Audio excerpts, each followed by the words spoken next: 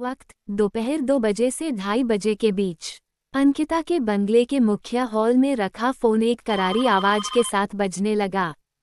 Phone की आवाज सुनते ही अंकिता की मां बेडरूम से बाहर आई। जल्दी जल्दी सीढ़ियां उतरते हुए वह फोन के पास गई और एक झटके से रिसीवर को अपने कान से लगाकर बोली, हेलो। उनकी आवाज सुनते ही सामने से जवाब आया, हेलो आंटी, मैं सपना। क्या आपकी अंकिता से कोई बात हुई? मैंने फिर से उसके मोबाइल पर फोन किया था, लेकिन अभी भी उसका मोबाइल स्विच ऑफ है। सपना के शब्दों से उसकी मनस्थिति अंकिता की मां को महसूस हो रही थी। उसे शांत करते हुए अंकिता की मां ने कहा, सपना बेटा, अभी कोई टेंशन की बात नहीं है, मैं तुम्हें कॉल करने वाली थी। अंकिता थोड़ी देर पहले घर आई है, बहुत थकी हुई लग रही थी। ये सुनकर अंकिता की चिंता व्यक्त करते हुए सपना ने पूछा, थकी हुई लग रही थी मतलब कोई और प्रॉब्लम तो नहीं ना? वो ठीक है ना? थोड़ी शांत लेकिन चिंताग्रस्त आवाज में अंकिता की मां ने कहा, नहीं, वैसा कुछ उसके पास देखकर लग नहीं रहा था। जब मैं उसके बेडरूम में गई तब वो सोई हुई थी। उसे डिस्टर्ब न करते हुए मैं थोड़ी देर उसके पास बैठी और मैं तुम्हें कॉल करने वाली थी, उसी समय तुम्हारा कॉल आया। एक लंबी सांस लेकर सपना बोली, थैंक यू आंटी। अंकिता सुरक्षित घर पहुंच गई। हम सभी बहुत टेंशन में थे। अंकिता बिना किसी को बताए निकल गई। यहाँ के नौकर से पूछा तो उन्होंने बताया कि अंकिता कह रही थी वो किसी काम को पूरा करने जा रही है। बस इतना ही कहकर वो निकल गई। ये सुनकर अपनी चिंता बयान करते हुए अंकिता की मां ने कहा, सपना बेटा, तुमने जो अभी कहा वो थोड़ा अजीब है। ऐसा कौन सा काम है जिसके लिए अंकिता को इतनी जल्दी निकलना पड़ा? घर आने के बाद उसका चेहरा पूरी तरह सून पड़ा था। एक शब्द भी न बोलते हुए वह सीधे बेडरूम में चली गई। आखिर क्या हुआ है उसे कुछ समझ नहीं आ रहा। अंकिता की मां को समझाते हुए सपना ने कहा, आंटी, मुझे भी अंकिता की बहुत चिंता है। उसे मिले बिना मुझे चैन नहीं आएगा। हम सभी दोस्त यहाँ से अब निकलते हैं। आंटी, आप टेंशन मत लेना, मैं जल्दी ही आती हूँ अपनी दोस्त से मिलने। इतना कहकर सपना ने फोन रख दिया। सपना के शब्दों ने अंकिता की मां को थोड़ा सहारा दिया। फोन पर बातचीत खत्म होते ही अंकिता की मां अंकिता के पास गईं।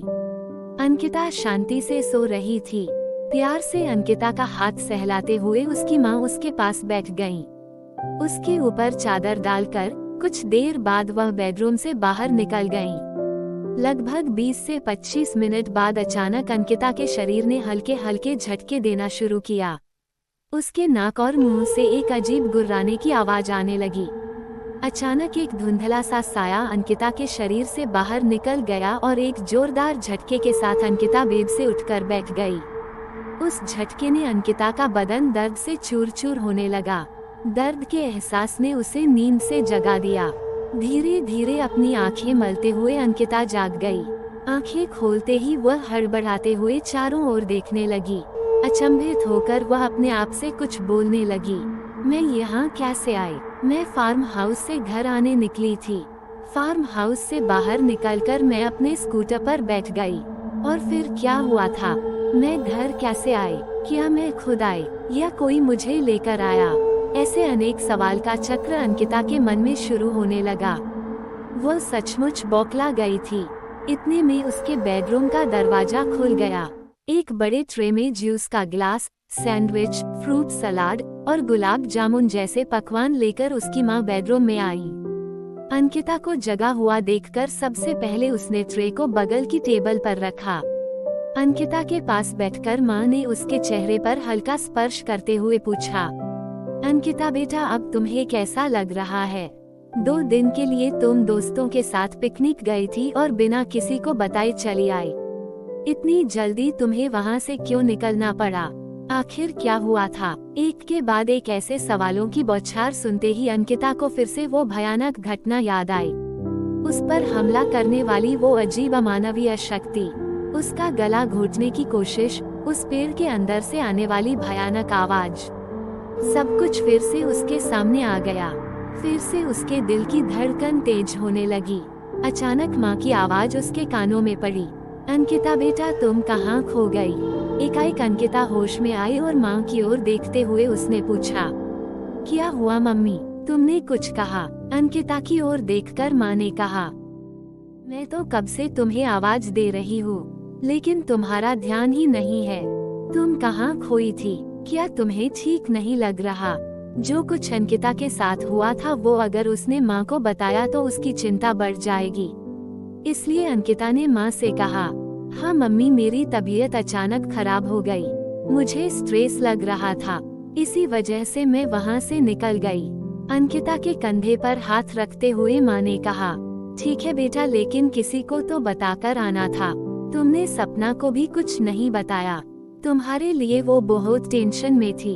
ये सुनकर अपने माथे पर हाथ मारकर अंकिता ने कहा, अरे हाँ मम्मी, मैंने किसी को कुछ नहीं बताया और फार्म हाउस से निकल गई। यहाँ तक कि सपना को भी कुछ नहीं बताया। मैं अभी उसे फोन करती हूँ। बोलते बोलते अंकिता बिस्तर से उठकर खड़ी हो गई। उसे देखकर उसकी माँ भी वहाँ से उठकर खड़ी हो गई और उसके गालों को छूते हुए बोली, बेटा तुम टेंशन मत लो, सपना का कॉल आया था और तुम्हारे पहुँचने की बात मैंने उसे बताई थी। उस वक्त तुम सोई हुई थी। अब तुम फ्रेश हो जाओ, ये नाश्ता खत्म करो, फिर आराम से सपना को कॉल करो। तुम्हारा मोबाइल स्विच ऑफ था, वो यहाँ तुम्हारे बेड के पास चार्ज हो रहा है। बोलते बोलते माँ ने अंकिता का ध्यान बेड के पास वाले स्विच की ओर केंद्रित किया। एक बार फिर अंकिता के गाल पर प्यार से हाथ फेरकर उसकी मम्मी बेडरूम से बाहर चली गई। जैसे ही माँ बेडरूम से बाहर गई, अंकिता फिर से चिंता में डूब गई। बेडरूम के दरवाजे के पास सहमी हुई नजरों से देखकर अंकिता बोली, सॉरी मम्मी, लेकिन मेरे साथ क्या हुआ है वो मैं तुम्हें नहीं बता सकती। फार्म हाउस से मैं निकली, लेकिन उसके बाद क्या हुआ, मैं घर कैसे पहुंची, मुझे कुछ भी याद नहीं आ रहा। ये सब बताकर मैं तुम्हारी चिंता बढ़ाना नहीं चाहती, लेकिन ये जो कुछ भी चल रहा है उसकी छानबीन किए बिना मैं शांत नहीं बैठूंगी। अंकिता ने एक लंबी सांस ली। वो फ्रेश होने बाथरूम में गई। बाथरूम से आने के बाद तौलिए से अपना चेहरा सुखाते हुए उसने चार्जिंग पर लगा हुआ अपना मोबाइल प्लग से अलग किया। अपनी खास दोस्त सपना को उसने फोन किया। सपना ने 2-3 रिंग के बाद फोन उठाया। उसने फोन उठाते ही नर्मिले स्वर में अंकिता बोली, सॉरी सपना, मैं तुम्हें बिना बताए चली आई। अंकिता की आवाज सुनते ही किसी ने पत्थर मारा हो ऐसे भड़कते स्वर में सपना बोली, अरे ओ इडियट, कुछ अक्ल है तुझमें? मूर्ख, तेरी चिंता में मेरी यहाँ क्या हालत हुई तुझे पता भी है? कैसे पता चलेगा? तुम तो मैडम हमारे किसी का भी ख्याल न रखते हुए बिंदास यहाँ से निकल गई। इतनी भी क्या जल्दी थी? कहाँ हिमालय में जाना था या किसी के साथ भागकर शादी करनी थी?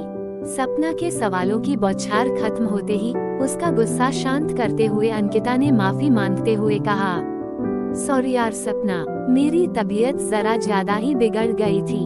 मुझे अजीब सा महसूस हो रहा था। उस हालत में मुझे मम्मी की याद आ रही थी, इसलिए मैं निकल गई। अंकिता भावुक होते ही सपना की आवाज भी शांत हो गई। अपना मन शांत करते हुए उसने अंकिता से कहा, अरे हाँ ठीक है, लेकिन किसी को बताकर तो जाती। शंभू काका ने बताया कि तुम कुछ जरूरी काम है कहकर निकल गई थी, लेकिन जाते समय मुझे एक मैसेज भी कर दिया होता तो काफी था।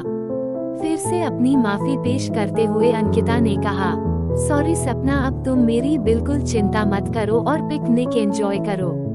अंकिता की बात खत्म होते ही सपना बोली, अब कैसी पिकनिक? तुम यहाँ से निकल गई और सबका मूड ऑफ हो गया। अब किसी को भी पिकनिक एंजॉय करने की इच्छा नहीं है। हम सब यहाँ से निकल रहे हैं। आने के बाद हम तुम्हें जरूर मिलेंगे। चलो बाय, जल्दी मिलते हैं। अंकिता ने भी ओके बाय, संभल कर आना, हैव अ सेफ जर्नी, इतना कहकर फोन रख दिया। अंकिता थोड़ी देर अपने बिस्तर पर चुपचाप बैठी रही। शरीर में थोड़ी भूख महसूस होने लगी। उसने पास की टेबल पर रखे हुए प्लेट में से सैंडविच उठाया और खाने जा रही थी, तभी उसे सपना के कुछ शब्द याद आए। फोन पर बात करते समय सपना ने बताया कि शंभू काका ने कहा था तुम कुछ जरूरी काम है कहकर निकल गई। इन शब्दों ने अंकिता को एकदम चौंका दिया। हाथ में पकड़ा हुआ सैंडविच उसने फिर से प्लेट में रख दिया। सिर पर जोर देकर वो सोचने लगी कि मैंने शंभू काका को ऐसा कब कहा था। मैं अपना बैग लेकर फार्म हाउस से बाहर निकली, स्कूटी पर बैठी, लेकिन फिर मेरे साथ क्या हुआ था मुझे कुछ भी याद नहीं।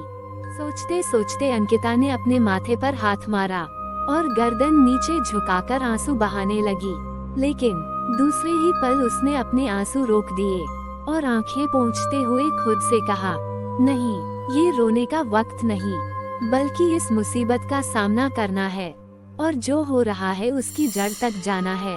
अंकिता ने खुद को हिम्मत देकर संभाल लिया। पास में नाश्ते के साथ रखा जूस का ग्लास उसने उठाया और थोड़ा जूस पी लिया। अपना मन दूसरी तरफ मोड़ने के लिए उसने सामने की दीवार पर लगा हुआ टीवी चालू किया। जूस पीते पीते अंकिता टीवी पर चैनल बदल रही थी।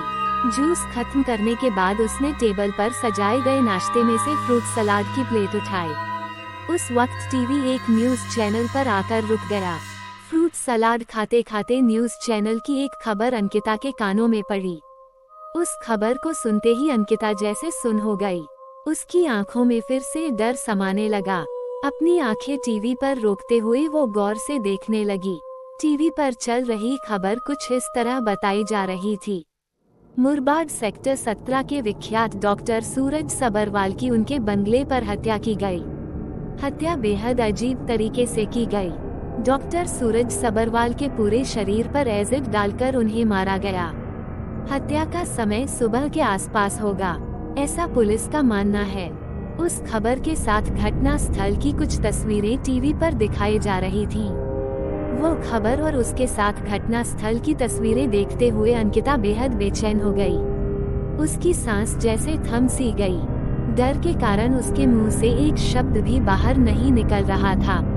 उसे ऐसा लगा जैसे उसकी जान ही चली गई।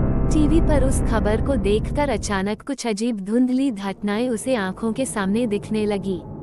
जैसे एक धुंधली रोशनी वाला कमरा, जमीन पर तड़पता हुआ एक आदमी, उसकी चीखें, कोई उसके शरीर पर पानी जैसी कोई चीज डाल रहा है। अचानक जमीन पर तड़प रहे आदमी का शरीर जल जाना। एकाएक वो घटनाएं अंकिता के चारों ओर घूमने लगी और घूमते घूमते अचानक गायब हो गई। जैसे कोई बिजली उसके ऊपर गिरी हो, ऐसे झटके के साथ अंकिता को चक्कर आने लगे। वो बिस्तर से नीचे गिर गई। नीचे कारपेट बिछा था, इसलिए उसे ज्यादा चोट नहीं लगी। उसे अचानक शरीर में एक सनक महसूस होने लगी। बेड का सहारा लेकर अंकिता खड़े होने का प्रयास कर रही थी। धीरे धीरे खुद को संभालते हुए अंकिता उठकर बिस्तर पर बैठ गई। देखते ही देखते माहौल में एक अजीब बदलाव होने लगा। अंकिता को कुछ ज्यादा ही ठंड महसूस होने लगी। उसके हाथ पांव ठंडे पड़ने लगे। उसने बेडरूम का पंखा और एसी बंद कर दिए, फिर भी ठंड कम नहीं हो रही थी। अंकिता ने अलमारी से अपनी विंटर जैकेट और जीन्स निकालकर पहन ली, फिर भी कोई खास फर्क नहीं पड़ा। ये तो सिर्फ शुरुआत थी, इससे भयानक बातें तो आगे होने वाली थीं। दोपहर के समय अंकिता के बेडरूम में अंधेरा छाने लगा। अब तक का ये अंकिता का सबसे भयानक अनुभव था। उसके बेडरूम का अंधेरा बढ़ता ही जा रहा था। वो अंधेरा और गहरा होने से पहले अंकिता ने बेडरूम की सभी लाइट्स चालू कर दी। लाइट्स चालू करते समय उसने स्विच के पास की खिड़की से बाहर झांक कर देखा। देखते ही उसके होश उड़ गए। बाहर भी घना अंधेरा छा गया था, बिल्कुल रात का अंधेरा। ये देखकर अंकिता ने अपनी कलाई पर लगे घड़ी की तरफ एक नजर घुमाई। देखते ही वो एकदम से हड़बड़ा गई, क्योंकि उसकी कलाई पर लगी घड़ी पर 11:30 PM यानी रात के 11:30 का समय दिख रहा था। इन अजीब घटनाओं से अंकिता का दिमाग हिल गया। अंकिता कुछ समझ नहीं पा रही थी। उसकी आंखों के सामने माहौल कुछ अजीब तरह से बदल रहा था। दोपहर का समय अचानक रात के अंधेरे में बदलने लगा। मतलब कोई उसके साथ, उसके बिल्कुल पास रहकर जादू टोना कर रहा है, ऐसा उसे साफ साफ महसूस हो रहा था। अचानक अंकिता को अपने पीछे से एक विचित्र आवाज सुनाई दी, एक स्त्री के रोने की आवाज। बीच बीच में उस आवाज को काटते हुए उस स्त्री के सिसकियां भरने की आवाज आने लगी। अंकिता डर से पूरी तरह से कांपने लगी। पीछे मुड़कर देखने की उसकी हिम्मत भी नहीं हो रही थी, लेकिन उसके साथ जो कुछ चल रहा था उसकी छानबीन उसे करनी थी। यही एक बात ध्यान में रखकर अंकिता ने एक झटके में पीछे मुड़कर देखा, लेकिन पीछे कोई नहीं था। अंकिता को फिर से उस स्त्री के रोने की और सिसकियां भरने की आवाज सुनाई देने लगी। इस बार वो आवाज किसी धूमकेतु की तरह उसके कमरे में गूंज रही थी। वो आवाज चारों तरफ से गरजने लगी। अंकिता को वो आवाज अब बर्दाश्त नहीं हो रही थी। उसने अपने हाथों से अपने कान बंद कर लिए, लेकिन वो आवाज उतने ही जोरों शोरों से उसके कानों पर पड़ रही थी। अंकिता कुछ समझ पाती इससे पहले ही बाहर तेज आंधी शुरू हो गई। वो आंधी इतनी भयानक थी कि उस आंधी के जोर से बाहर की धूल मिट्टी अंकिता के बेडरूम में आकर बिखर गई। इस भयानक जाल में अंकिता पूरी तरह से फंस चुकी थी। अंकिता को एकाएक शरीर पर तीर चुभ रहा हो ऐसा महसूस होने लगा। अंकिता घुटनों पर बैठकर तड़प रही थी। कुछ ही पल में ये सब कुछ शांत हो गया। उस स्त्री के रोने और सिसकियां भरने की आवाज, बाहर चल रही आंधी, सब कुछ रुक गया। अंकिता के बेडरूम में शमशान जैसा माहौल बन गया। कोई आवाज नहीं आ रही थी। इस माहौल से अंकिता के दिल में एक दहशत पैदा हो गई। एक के बाद एक चल रहे इस गूढ़ घटनाक्रम से उसका दिल जोरों से धड़कने लगा। इस जानलेवा माहौल से वो एक घुटन सी महसूस कर रही थी। उसे लग रहा था जैसे वो किसी आतंक के नीचे है। इस माहौल ने उसे कुछ याद दिलाया। सोचते सोचते जैसे उसके पैरों तले जमीन खिसक गई, क्योंकि बिल्कुल ऐसी ही भयानक शांति उसने गांव के पुराने शमशान में महसूस की थी, जहां उस पर वो जानलेवा हमला हुआ था। कुछ समझने से पहले ही उस माहौल को रोमते हुए एक आवाज अंकिता के कानों पर पड़ी। अंकिता, कैसी हो तुम? इन शब्दों के साथ एक औरत के चीखने की आवाज अंकिता के बेडरूम में चारों ओर गूंजने लगी। वो सुनकर अंकिता के दिल की धड़कन जैसे थम गई। दोबारा वही आवाज अंकिता के कानों पर पड़ी। अंकिता, अरे घबरा गई क्या? इसमें घबराने की क्या बात है? वो भी अपनी ही दोस्त से। इस बार वो आवाज एकदम साफ सुनाई दे रही थी। अंकिता को लग रहा था जैसे वो औरत उसके बिल्कुल सामने खड़ी होकर बातें कर रही है। अंकिता डर से कांप रही थी। वो समझ गई कि ये कोई अमानवीय शक्ति है या फिर कोई भूत बाधा, लेकिन फिर भी अंकिता ने इस बात का हिम्मत से सामना किया। अपनी आवाज को सख्त करके उस औरत की बात का जवाब देते हुए अंकिता ने कहा, मेरी दोस्त, अगर तुम मेरी दोस्त हो तो छिपकर क्यों बैठी हो? मेरे सामने क्यों नहीं आती? ये सुनकर किसी भूत पिशाच की तरह हंसते हुए उस स्त्री ने कहा, कितनी भोली हो तुम अंकिता। अरे मैं तो यही हूँ, तुम्हारे एकदम पास। इन शब्दों ने जैसे अंकिता को पूरी तरह से हिलाकर रख दिया। अंकिता के आसपास ये किसका साया मंडरा रहा है? अंकिता के साथ इसका क्या संबंध है? क्या ये सचमुच कोई प्रेतात्मा है या सिर्फ अंकिता की आंखों का धोखा? दिन का वक्त अचानक रात में तब्दील हो जाना, इस बात के पीछे कौन सा काला सच छिपा है? जानने के लिए देखते रहिए ख्वाफ, एक अनकही दास्तान।